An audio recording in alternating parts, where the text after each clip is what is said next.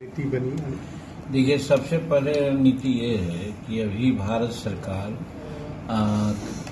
Common civil code लाना चाह रही है, उसका ड्राफ्ट बन रहा है और बहुत पर्टिनेंट मुद्दा है। हम लोग को जानकारी नहीं थी पहले, इसलिए हम लोग विरोध करते थे, लेकिन जब एनडीए में आ गए हैं और उसके बाद जब हम लोग इसके बारे में जानना चाहा तो common civil code doctor Bhimrao Ambedkar की बात है। उन्होंने ही directive principle of state policy में राज्य की नीति निर्देशक तत्व में उसको मेंशन किया है कि कॉमन सिविल कोड होना चाहिए और उसी के आधार पर फिर हम लोगों का संविधान है, उसका आर्टिकल 44 में भी उसको मेंशन किया गया है। तो हम लोग अंबेडकर साहब के मानने वाले हैं। संविधान उनके द्वारा बनाया गया है और संविधान की रक्षा हो, इसके लिए हम लोग तत्पर हैं। यही अभी हमने माननीय सदस्यों से बात किया कि अगर ये मुद्दा उठता है तो असेंबली में हम लोग डट करके कॉमन सिविल कोड का समर्थन करेंगे। एक बात है। दूसरी बात कि हल्ला हंगामा की भेंट चढ़ने वाली है, ऐसा सुनने में आया है। आज बात होनी थी, हम नहीं आ सके, दिल्ली में थे, बाद में आए हैं। लेकिन हम जरूर चाहेंगे कि असेंबली में जो क्वेश्चन है, तारांकित प्रश्न है या कॉल अटेंशन है, ये सबको चलने देना चाहिए। इसके बाद अगर कोई बातें होती है तो होना चाहिए।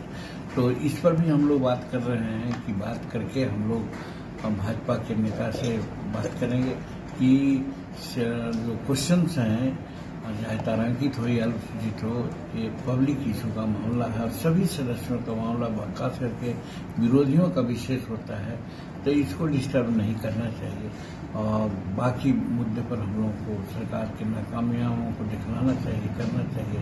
आज लॉ एंड ऑर्डर ठीक नहीं है, उसके बारे में हम लोग को सोचना पड़ रहा है। और देखिए ना, अभी हमारे मोहनपुर में जो हमारे प्रमुख थे, वो प्रमुख थे, ये स्कूल जांच करने के लिए गए थे, तो वहाँ का मुखिया अरविंद यादव है, पर अपने 10 गुंडों को लेकर के उन लोगों को गंभीर रूप में मारा है।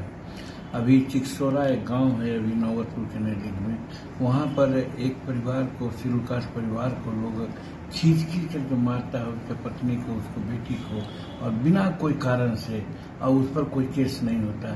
तो इस तरह से लॉ एंड ऑर्डर बहुत गड़बड़ है। इस पर भी हम लोग उस दिन बात करेंगे और कहेंगे कि साहब लॉ एंड ऑर्डर को सुधारिए। और दूसरी बात यह है कि हम लोग भी मांग करेंगे कि तेजस्वी प्रसाद जी इस्तीफा दें। अगर वो नहीं देते हैं तो नीतीश कुमार को चाहिए कि उनसे इस्तीफा लें, इसलिए कि जीतन मांझी को 2005 में जब मंत्री पद पर ओथ लिया था और मीडिया के लोगों ने कहा कि एक दागी मंत्री आ गए हैं, तो 4 घंटा के अंदर ही हमसे इस्तीफा ले लिया गया। वो जमीर नीतीश कुमार का उस समय का आवाज में बदलाव हुआ है, कहाँ गए हैं? किस मुद्दा से उस समय ऐसा किया था, आवाज क्यों नहीं कर रहे हैं? तो ये सब बात भी हम लोग कहेंगे कि नीतीश कुमार अब राजद के हाथ में खेल रहे हैं, इसलिए इनको इस्तीफा देना चाहिए। अब इनकी जो ऑरा है समाप्त हो गया है, इसलिए तेजस्वी प्रसाद से इस्तीफा लें और नहीं तो खुद इस्तीफा करें। एक सवाल है कि आपने जो भविष्यवाणी